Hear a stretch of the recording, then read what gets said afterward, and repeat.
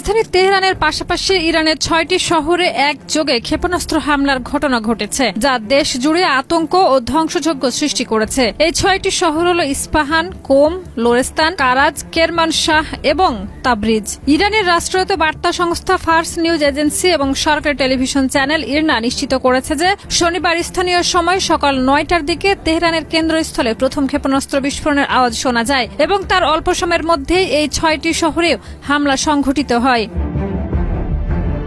ক্ষেপণাস্ত্র হামলার বিষয়টি স্বীকার করেছেন ইসরায়েলের প্রতিরক্ষা মন্ত্রী বেনি গ্যান্টস। তিনি হামলার পর দেশ জুড়ে জরুরি অবস্থা জারির নির্দেশ দিয়েছেন এবং সংশ্লিষ্ট নিরাপত্তা ব্যবস্থাগুলো জোরদার করা হয়েছে। মার্কিন সংবাদ মাধ্যম অ্যাসোসিয়েটেড প্রেস জানিয়েছে, ইরানে আঘাতপ্রাপ্ত এলাকায় অবস্থিত ইরানের সর্বোচ্চ ধর্মীয় নেতা আয়াতুল্লাহ আলী খামেনির দপ্তরের কাছাকাছি ক্ষেপণাস্ত্র লক্ষ্য করা হয়েছিল, যা ইরানের রাজনৈতিক ও সামরিক ব্যবস্থায় গভীর উদ্বেগ সৃষ্টি করেছে।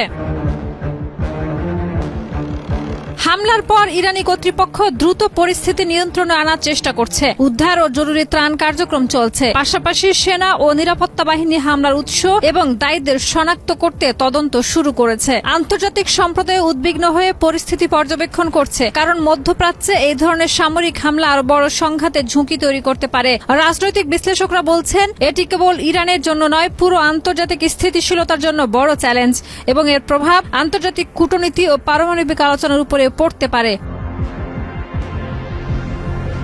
শাহিদা রুবি, মাই টিভি।